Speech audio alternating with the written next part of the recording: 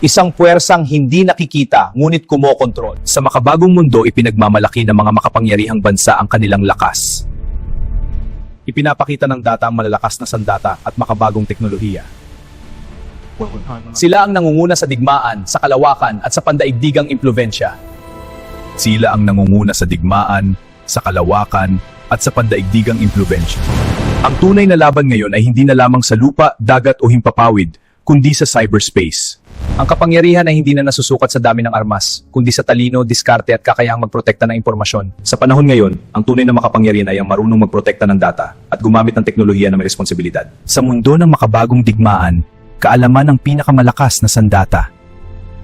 Hindi ko kailangan ng hukbo, isang computer lang, isang koneksyon sa internet, at kaalaman.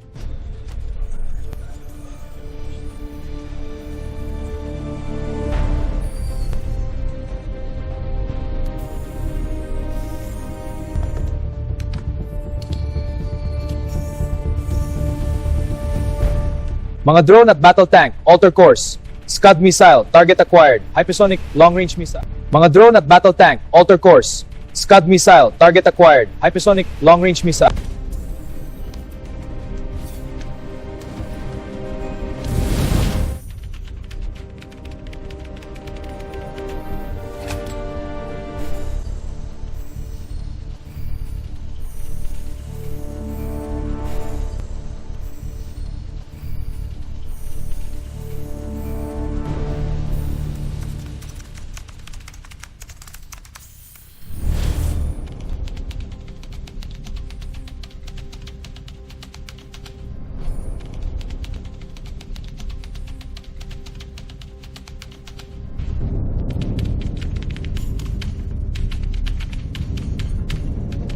Gamitin natin ang fighter plane ng kalaban laban sa kanila. Magagamit din natin ang maling warship at ng kalaban.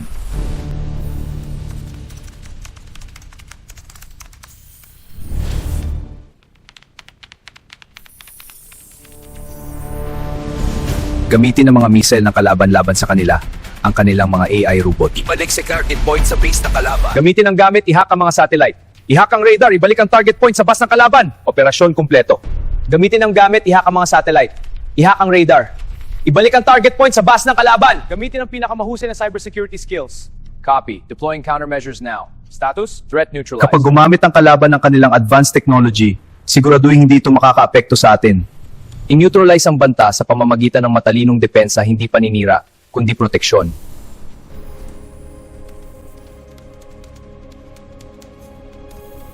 Sa makabagong digmaan, hindi sapat ang lakas ng armas. Kailangan ng talino sa cyberspace. Ang tunay na kapangyarihan ay hindi ang pagsira ng teknolohiya ng iba. Kapag ginamit nila ang kanilang makabagong teknolohiya, handa ang ating depensa matatag, matalino, at hindi matitinag. Gamitin ang pinakamahusay na hacking skills upang protektahan ang ating sistema. I-neutralize ang anumang teknolohiyang maaaring magdulot ng banta, tiyaking hindi ito makakasama sa atin. Ngunit sa likod ng lahat ng ito, may isang puwersang tahimik ngunit mapanganib. Isa lamang ang katapat ng kanilang kapangyarihan, ang hacker.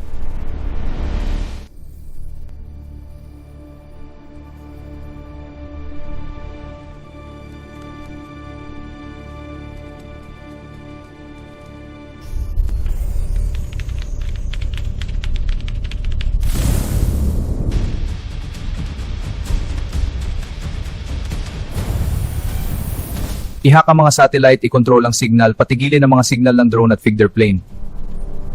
Intrusion. I-hack ang mga satellite, i-control ang signal, patigilin ang mga signal ng drone at feeder plane. YAL Command. Bulagin ang mga radar, ailisin ang signal ng mga warship at coast guard, pati na ang mga submarine.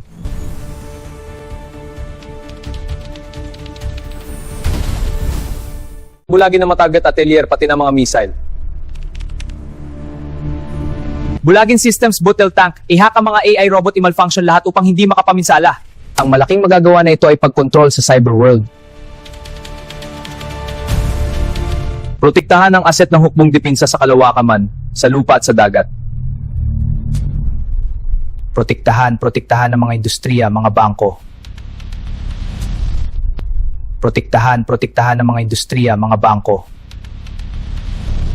Protektahan ang mga community at mga electricity. Protektahan ng mga gusali asset ng pamahalaan. Protektahan ng mga pagamutan, mga media facility. Protektahan ng mga shipping, commercial center, mga residential area. Isang malisyosong code lang ang sapat upang magdulot ng pandaigdigang kaguluhan. Isang malisyosong code lamang ang pakakawalan na maaaring magpahinto ng lahat ng teknolohiya sa buong mundo. Sa isang pindot, maaaring maantala ang operasyon ng isang bansa. Maaaring maapektuhan ang bangko, paliparan, komunikasyon at maging ang seguridad ng mamamayan. Ang tunay na laban ngayon ay hindi na lamang sa lupa, dagat o himpapawid kundi sa cyberspace. Ang kapangyarihan ay hindi na nasusukat sa dami ng armas, kundi sa talino, diskarte at kakayahang magprotekta ng impormasyon. Ngunit tandaan, ang pagiging hacker ay maaaring gamitin sa tama o mali.